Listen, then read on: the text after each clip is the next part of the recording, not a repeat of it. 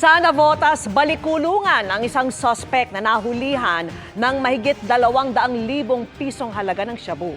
Nakatutok si Marisol Abduraman, exclusive. Nang makakuha ng senyales mula sa nagkunwaring buyer, agad nagtakbuhan ng mga operatiba ng Drug Enforcement Unit ng Northern Police District. Ito, positibo. Ha? Arestado ang subject ng buy-bust operation. Tayo ka. Tayo.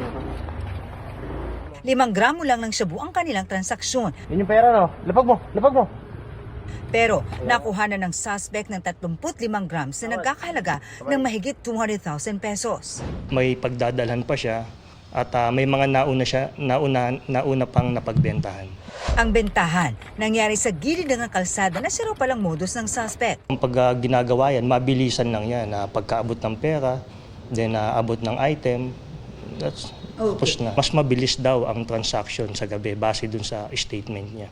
Dati na rin nahuli noong 2016 ang suspect dahil din sa droga. Based dun sa information, kaya niyang makapagbigay ng 50 grams to 100 grams ng illegal drugs. Naiyak na lang ang suspect na makausap namin kanina.